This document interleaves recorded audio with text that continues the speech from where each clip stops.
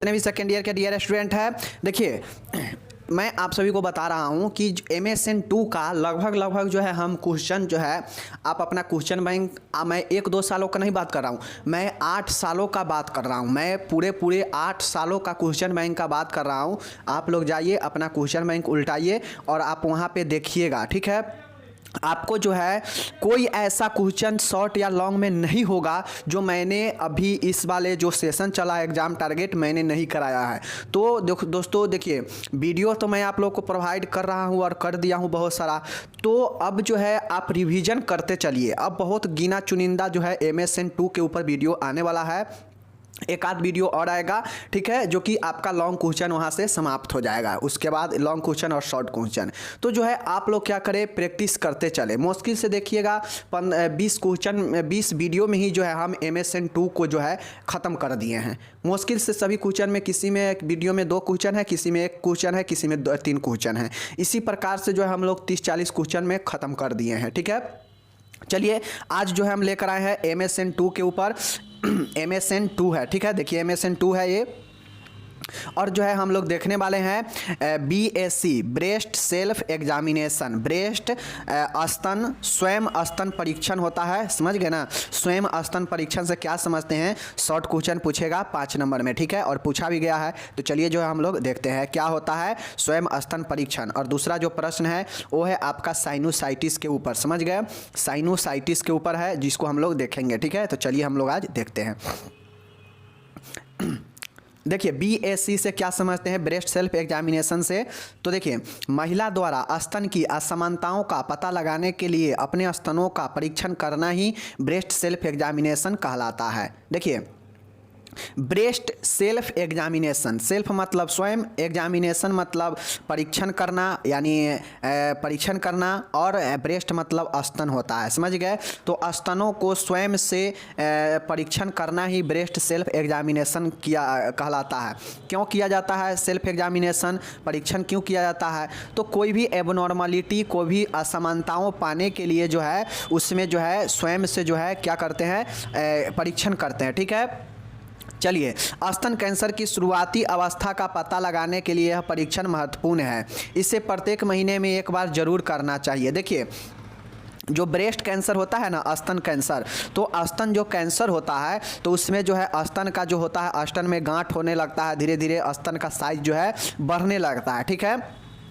तो इस कंडीशन में जो कैंसर का जो स्टार्टिंग जो पीरियड होता है उस समय ये BSc का जो है इस्तेमाल किया जाता है परीक्षण करने में, समझ गए ना। तो ये प्रत्येक महीने में एक बार जरूर करना चाहिए। तो ये चीज़ समझ गए ब्रेस्ट सेल्फ एग्जामिनेशन से। चलिए अब देखिए, ये जो ब्रेस्ट सेल्फ एग्जामिनेशन है इसको 5 चरणों में पूरा किया जाता है, ठीक है। ये जो ब्रेस्ट सेल्फ एग्जामिनेशन है मतलब खुद से जो स्तन का जो परीक्षण करने का जो टेक्निक है, ये 5 चरणों में जो है पूरा किया जाता है, ठीक है। देखिएगा, पहला है आईना जो होता है ना, शीशा के सामने खड़े होकर अपने दोनों हाथों को कुल्हो हिप्स पर रखें। मतलब शीशा के सामने खड़ा हो जाए। पहला जो देखिएगा, ध्यान से 5 चरण देखिएगा वरना गड़बड़ कर लीजिएगा, ठीक है। तो सेल्फ जो एग्जामिनेशन होता है ब्रेस्ट का, उसमें पहला जो स्टेप है वो है आप शीशा के सामने, कोई भी किसी को अगर अपने ब्रेस्ट का एग्जामिन करना है, परीक्षण करना है, देखना है कि हमारा ब्रेस्ट जो है सही है या नहीं सही है, तो जो है उसके लिए शीशा के सामने खड़े हो जाए। खड़े होकर दोनों हाथों को जो है हिप्स पर, कुल्हों पर जो है रखे, समझ गए। अब देखें कि स्तन का आकार, साइज एवं रंग, कलर उचित प्रकार का व किसी प्रकार की सूजन तो नहीं है। यदि इनमें से कोई भी जटिलता हो तो तुरंत चिकित्सक को दिखाएं। पहला जो है वो हमें क्या करना है, शीशे के सामने खड़ा हो जाना है। अगर कोई फीमेल है शीशे के सामने खड़ा हो जाए, शीशे के सामने खड़ा हो जाए, दोनों हाथ को अपने हिप्स पर यानी कुल्हों पर रखे, और कुल्हों पर रखने के बाद जो है हम ये देखें कि जो स्तन है, स्तन का आकार, साइज और रंग मतलब जो है कलर जो है उचित प्रकार का है या नहीं, जो नॉर्मल नेचुरल जो होना चाहिए उतना साइज और कलर जो है या नहीं है। अगर किसी भी प्रकार का सूजन हो, किसी भी प्रकार का असमानता दिखे तो जो है क्या करें, तुरंत जो है डॉक्टर से चिकित्सक करवाएं, दिखवाएं। समझ गए। तो ये पहला हो गया कि शीशे के सामने खड़ा होकर हिप्स पर अपना हाथ रखकर स्तनों को देखें कि किस प्रकार से कोई एबनॉर्मेलिटी तो नहीं है। अगर रहता है तो उस कंडीशन में तुरंत डॉक्टर से संपर्क करें। ठीक है, पहला हो गया। दूसरा यहाँ पे चरण देखिएगा, दूसरा चरण क्या है? दूसरा चरण है परीक्षण करने का कि अब दोनों हाथों को आपस में पकड़कर सिर के ऊपर ले जाए एवं इसी प्रकार परीक्षण करें। देखिए इसमें जो नॉर्मली है जो परीक्षण होता है ना आपका, इसमें जो स्तन जो ब्रेस्ट है उसका आकार और उसका रंग को देखने के लिए, एबनॉर्मेलिटी को देखने के लिए किया जाता है। तो जो है पहला शीशा के सामने खड़ा होकर हिप्स पर हाथ रख के, ठीक है। दूसरा जो कंडीशन है दोनों हाथों को आपस में पकड़कर, अब जो है अब पहला था शीशा के सामने, दूसरा कंडीशन है कि दोनों हाथों को आपस में पकड़कर और सिर के ऊपर ले जाएंगे। अपने हाथ को जो है दोनों हाथ को आपस में पकड़ेंगे, जो पहले दोनों हाथ हिप्स पर था ना शीशा के सामने, तो अब उस हाथ को क्या करेंगे, दोनों हाथ को जो है क्या करेंगे आपस में पकड़कर सिर के ऊपर हाथ ले जाएं और इसी तरह परीक्षण करें जिस तरीका से ऊपर देखे हैं कि अगर कोई एबनॉर्मेलिटी, सूजन वगैरह दिखे तो जो है डॉक्टर से संपर्क करें। तो ये जो पोजीशन है दूसरा स्टेप में, ये हाथ को जो है पकड़कर सिर के ऊपर ले जाए। समझ गए। चलिए तीसरा देखिएगा, शीशे में स्तनों को देखते समय यह भी ध्यान रखें कि एक या दोनों निपलों में से किसी भी प्रकार का कोई स्राव, फ्लूइड सिक्रेशन तो नहीं हो रहा हो। यदि स्राव आ रहा हो तो तुरंत चिकित्सक को दिखाएं।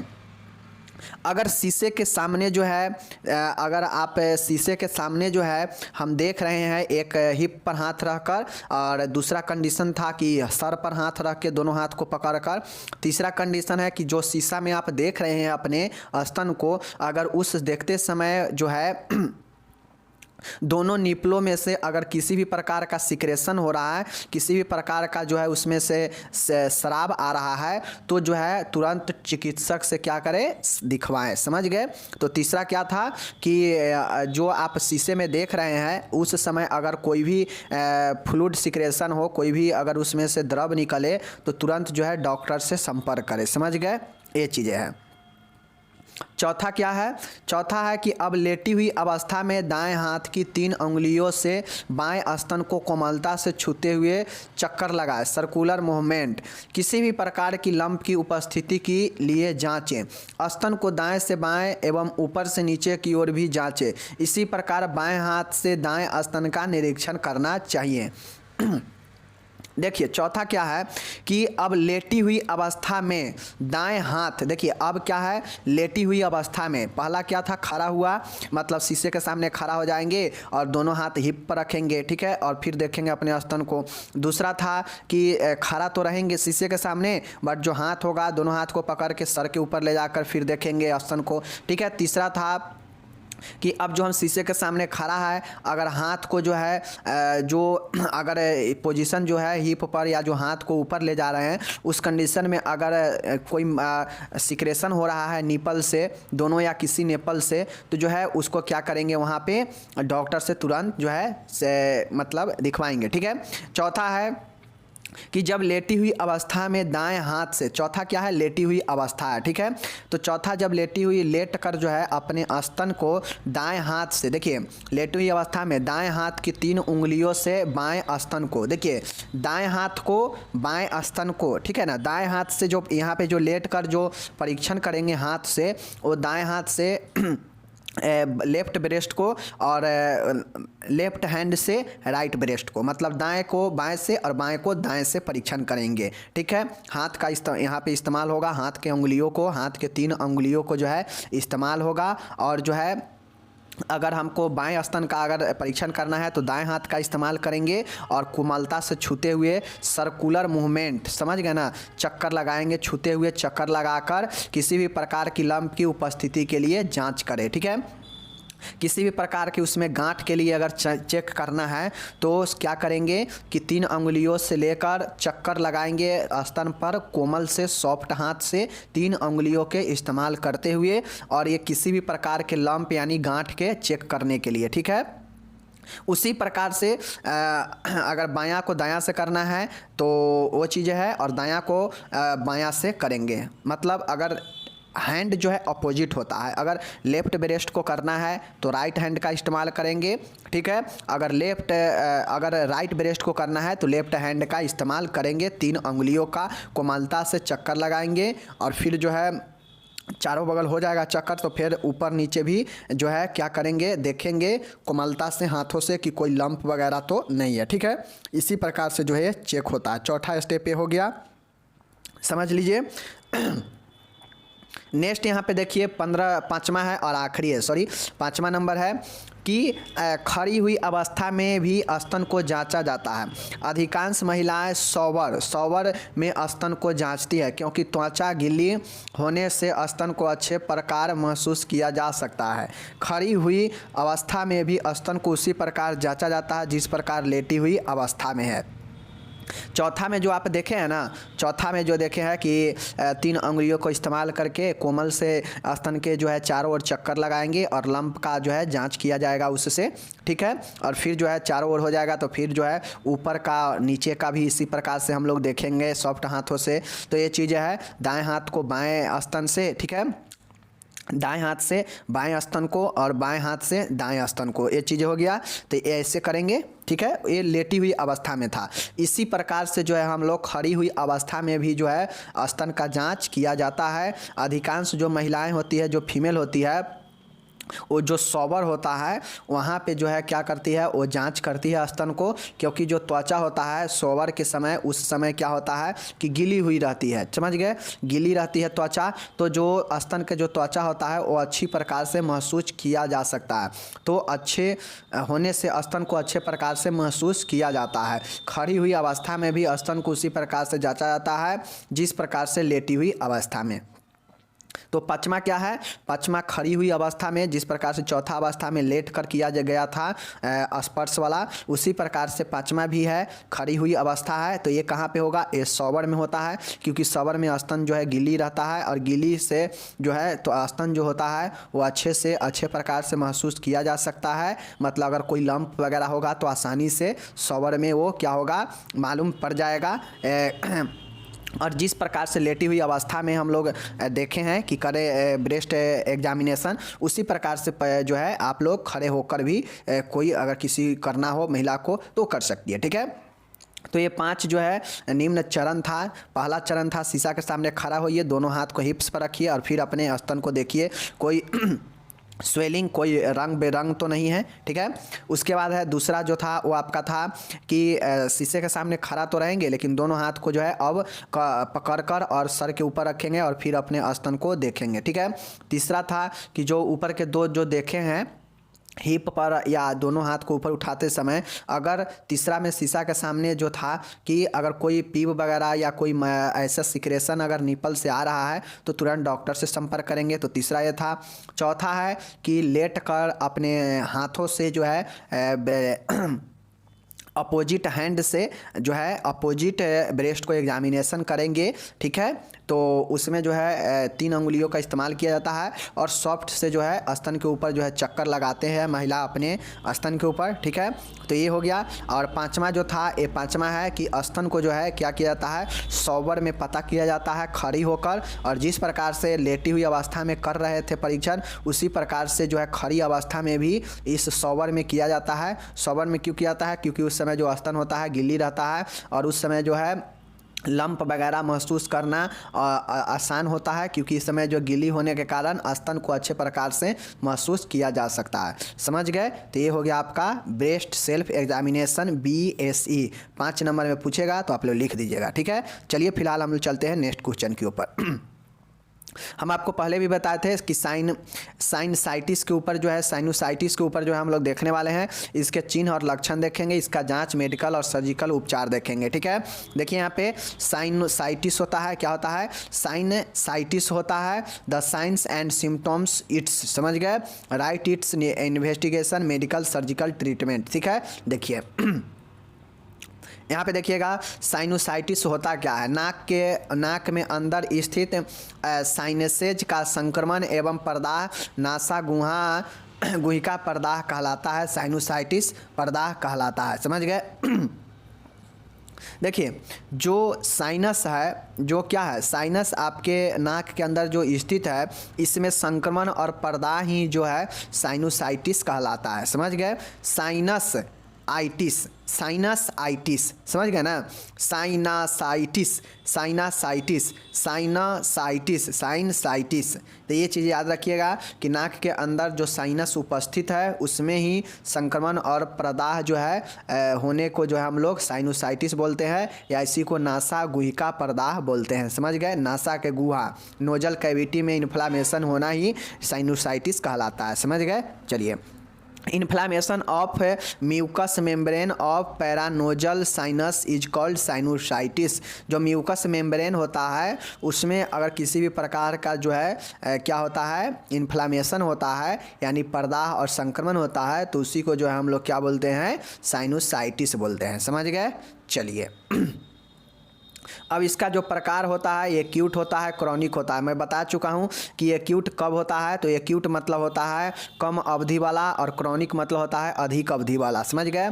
तो एक्यूट साइनोसाइटिस जो होता है यह कम अवधि के लिए होता है एवं 1-2 सप्ताह में ठीक हो जाता है। जिसको अगर एक्यूट साइनोसाइटिस होता है उसका जो साइनोसाइटिस होता है 1 से 2 सप्ताह में ठीक हो जाता है। ठीक है? यह कम अवधि के लिए होता है, क्योंकि एक्यूट का मतलब ही होता है कि कम। ठीक है? दूसरा है क्रॉनिक। क्रॉनिक जो होता है यह लंबे समय से होता है। ठीक है? तो यह 3 सप्ताह से भी अधिक समय तक रहता है एवं इससे गंभीर जटिलताएं उत्पन्न हो सकती है। देखिए, क्रॉनिक जो साइनोसाइटिस होता है इससे गंभीर जटिलता हो सकता है, क्योंकि यह बहुत ज़्यादा दिन से हो जाता है, 3 सप्ताह या इससे अधिक हो जाता है, और इस कारण जो है इसका गंभीर जटिलता उत्पन्न हो सकता है। तो साइनोसाइटिस के प्रकार देख लिए, क्रॉनिक और एक्यूट। समझ गए? साइनोसाइटिस है क्या, तो जो म्यूकस मेम्ब्रेन है नाक में उसमें इन्फ्लामेशन हो जाना ही साइनोसाइटिस कहलाता है। यानी जो साइनसेज है हमारे नाक में उसमें ही इन्फ्लामेशन हो जाना, किसी भी प्रकार के प्रदाह या संक्रमण हो जाना ही साइनोसाइटिस कहलाता है। समझ गए? चलिए, इसका कारण क्या होता है, इटियोलॉजी देख लीजिए कि क्या कारण होता है होने का। तो हीमोफिलियस इन्फ्लुएंजन संक्रमण, हीमोफिलस इन्फ्लुएंजन संक्रमण। समझ गए? क्या चीज़, हीमोफिलस इन्फ्लुएंजी संक्रमण। ठीक है ना? आप लोग जानते हैं कि इन्फ्लुएंजा संक्रमण जो है गाल के आसपास होता है ना, तो उसी प्रकार से हीमोफिलिस इन्फ्लुएंजन संक्रमण भी याद रखिएगा, ये साइनोसाइटिस का कारण होता है। ठीक है? मोरोक्सैला कैटारहैलिस संक्रमण।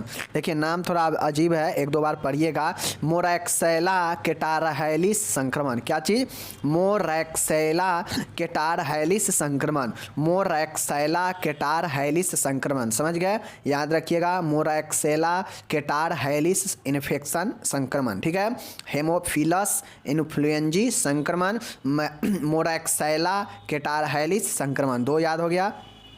तीसरा है स्ट्रेप्टोकोकाई संक्रमण। अगर स्ट्रेप्टोकोकाई है उसके कारण भी होता है नासा पट्टी विकृति, नजल स्पेक्ट्रम डेविएशन। किसी भी प्रकार के अगर जो आपका नेजल सेप्टम है उसमें जो है अगर किसी भी प्रकार की दिक्कत है तो उससे भी होगा। नाक में पॉलिप होना, नजल पॉलिप। समझ गए? एलर्जी होना, जुखाम होना, कॉमन कोल्ड, ये सब जो है आपका क्या होता है, स्टेरॉइड का अधिक seven, chronic use of steroid. समझ गए?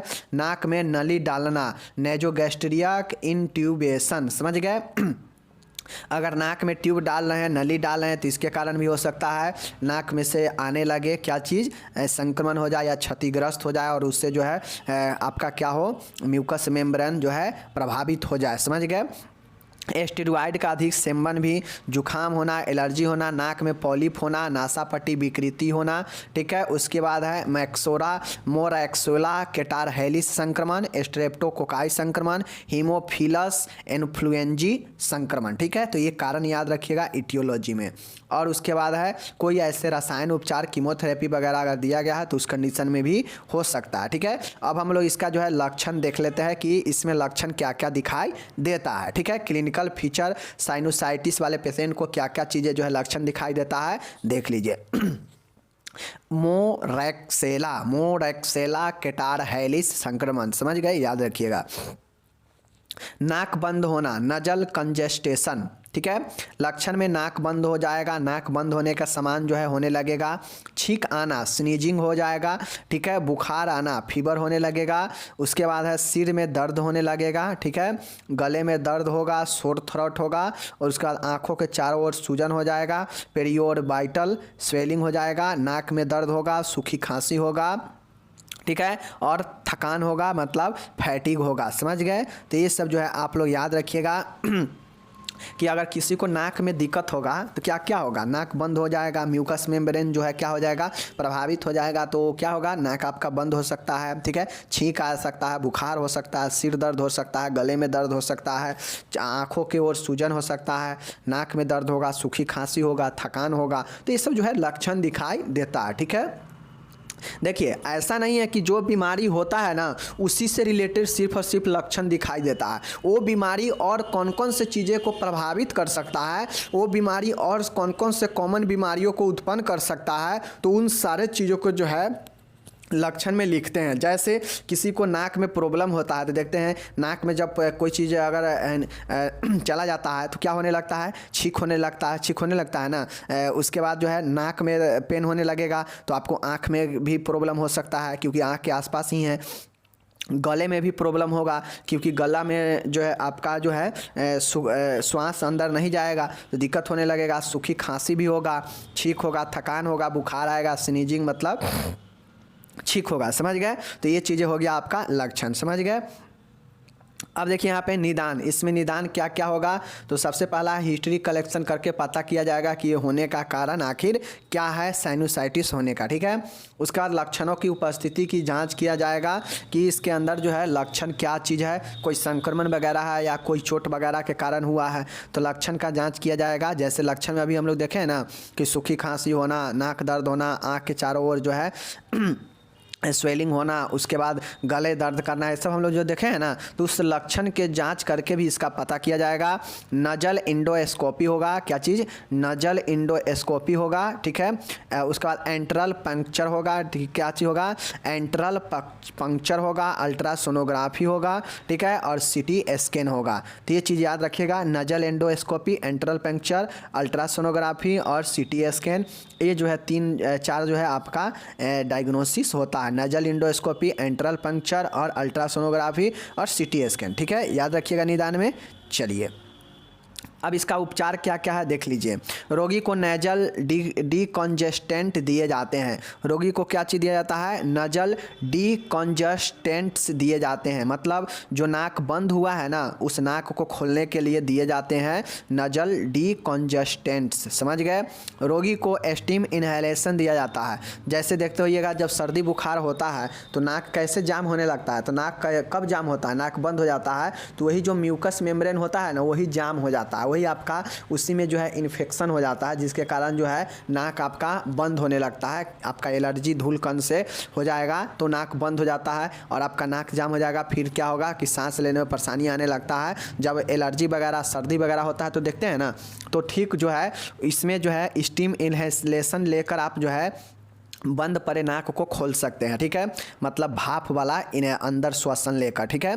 तीसरा है रोगी को एंटीबायोटिक्स दिए जाते हैं जैसे एमोक्सिसिलिन, पेनिसिलिन, ट्रेमेथोफ्रिन और सल्फेटा में क्या चीज़ है, सल्मेथोजोल। समझ गए?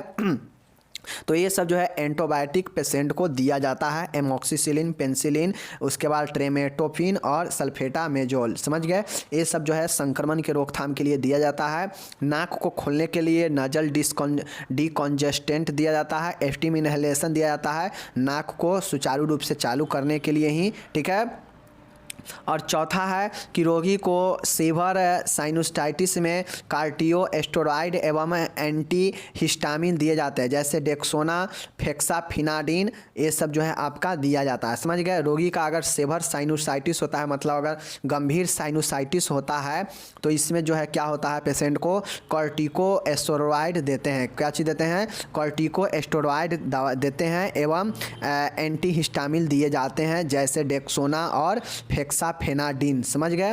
ये है आपका कॉर्टिकोस्टेरॉइड एवं एंटी हिस्टामिन दवाई। कॉर्टिकोस्टेरॉइड है डेक्सोना और एंटी हिस्टामिन फेराडीन, तो ये जो है आपका सेवर साइनसाइटिस में, गंभीर साइनोसाइटिस में दिया जाता है। समझ गए। चलिए, तो ये तो हो गया आपका। यहाँ पे देख लिए कि नाक कैसे खोलते हैं और संक्रमण के लिए क्या करते हैं। अगर नाक में कंजेस्टेंट हो चुका है तो डिकंजेस्टेंट करने के लिए क्या करते हैं। उसके बाद है स्टीम इनहेलेशन देते हैं, ठीक है। और अगर गंभीर साइनोसाइटिस होता है तो इस कंडीशन में जो है कार्टिकोस्टेरॉइड देते हैं और एंटीहिस्टामिन देते हैं, जैसे डेक्सोना और फेक्साफेनाडिन। समझ गए। चलिए, अब हम लोग इसका नर्सिंग प्रबंध देख लेते हैं कि नर्स क्या करेगी ऐसे पेशेंट को जिसको साइनोसाइटिस हुआ है, ठीक है। देखिए रोगी को जैविक चिन्हों को नोट करना चाहिए, ठीक है। जैविक चिन्हों का रिस्पायरेशन सही से ले रहा है या नहीं ले रहा है, इसको जैविक चिन्ह को नोट कर लेंगे, ठीक है। दूसरा है रोगी को पर्याप्त आराम एवं नींद लेने के लिए प्रेरित करना चाहिए। वह सोते समय शांत वातावरण करना चाहिए। रोगी को जो है क्या करना चाहिए कि नींद के लिए, आराम लेने के लिए प्रेरित करे, ताकि जो है वो अच्छे से नींद और ले सके, ठीक है। और शांत वातावरण का जो है वहाँ पे माहौल बनाना चाहिए, ठीक है। तीसरा है रोगी को बीमारी के बारे में व उपचार के बारे में उचित जानकारी प्रदान करनी चाहिए। जो भी उपचार हो रहा है, जो भी ट्रीटमेंट हो रहा है, जो बीमारी है, उसके बारे में रोगी को सही सही जो है बताना चाहिए। समझ गए। तो ये आपका होता है एक नर्स का काम, ठीक है। नेक्स्ट यहाँ पे देखिएगा क्या है कि सर्जरी के उपरांत रोगी को रक्तस्राव के कारण श्वास अवरोध उत्पन्न हो सकता है, इसलिए रोगी को फाउलर स्थिति में लिटाना चाहिए। देखिए, अब सर्जरी के बाद अगर इसमें सर्जरी हुआ है तो जो है सर्जरी के बाद जो है पेशेंट को क्या करेंगे, श्वास अगर अवरोध हो रहा है, श्वास अगर रुक रहा है तो उसमें जो है फाउलर पोजीशन में लिटाना चाहिए। समझ गए। पांचवा है सर्जरी के बाद ड्रेसिंग को प्रतिदिन बदलना चाहिए। ये नर्स का काम है कि सर्जरी को अच्छे तरीक़ा से साफ करके प्रतिदिन बदले। छठा है अंदरूनी नासिका पट्टी को 3 दिन में बदलना चाहिए। जो अंदर के नासिका पट्टी लगाया गया है, ठीक है, तो जो है इसको क्या करना चाहिए, 3 दिन में बदलना चाहिए, ठीक है। सातवां और आखिरी है रोगी को चिन्हित आदेशानुसार नियत समय पर दवाई देनी चाहिए। और जो भी डॉक्टर दवाई दिए हैं वो नियमित अनुसार जो है क्या करना चाहिए रोगी को देना चाहिए। तो ये समझ गए। तो ये आपका यहाँ पे नर्सिंग प्रबंध और उपचार आप लोग देख चुके हैं, ठीक है। बाद बाकी आप लोग साइनोसाइटिस के बारे में और ब्रेस्ट सेल्फ एग्जामिनेशन के बारे में दोनों प्रश्न को देख लिए हैं। दोनों प्रश्न जो है आपके शॉर्ट में एग्जाम में आ सकता है, तो आप इसको लिख दीजिएगा, ठीक है। बाकी यहाँ पे देखिए आपका, मैं यहाँ पे जो जी चीज़ें था इजी मैं बता दिया। और एक बार आप लोग इसका जो है कारण और देख लीजिए, ठीक है। मैं कारण एक बार और बता देता हूँ। क्या चीज़ है, हीमोफिलस इन्फ्लुएंजा संक्रमण, मोरैक्सेला कैटारहेलिस संक्रमण, मोरैक्सेला कैटारहेलिस संक्रमण, स्ट्रेप्टोकोकाई संक्रमण, नासापट्टी विकृति, नाक में पॉलिप होना, एलर्जी होना, जुकाम होना, स्टेरॉइड का अधिक सेवन करना, नाक में नली डालना, रसायन उपचार, ये सब जो है कारण बनता है किसका, साइनोसाइटिस होने का। साइनोसाइटिस क्या है कि जो आपके नाक में जो म्यूकस मेम्ब्रेन होता है, जो म्यूकस को क्या करता है, जिसके कारण हमारा नाक जो है नमी बन के रहता है, नमी रहता है, सूखता नहीं है। और उसमें जो भी सूक्ष्म कण वगैरह जाता है तो उसको अपने अंदर चिपका लेता है। म्यूकस मेम्ब्रेन ही ना होता है। तो उस म्यूकस मेम्ब्रेन में जो है इन्फ्लामेशन या पर्दा हो जाना, या यूँ कहा जाए तो नाक में जो नासिका गुहा है, जो आपका नोजल कैविटी है, उसमें जो है इन्फेक्शन हो जाना या इन्फ्लामेशन हो जाना, जैसे जो साइनस सेज है उसमें जो है किसी भी प्रकार के सूजन या इन्फेक्शन हो जाता है, तो उससे जो है हम लोग क्या बोलते हैं, साइनोसाइटिस बोलते हैं, ठीक है। समझ गए चीज़ों को। चलिए हम लोग मिलते हैं अगले वीडियो में, तब तक जय हिंद, नमस्कार, टेक केयर, बाय बाय, धन्यवाद।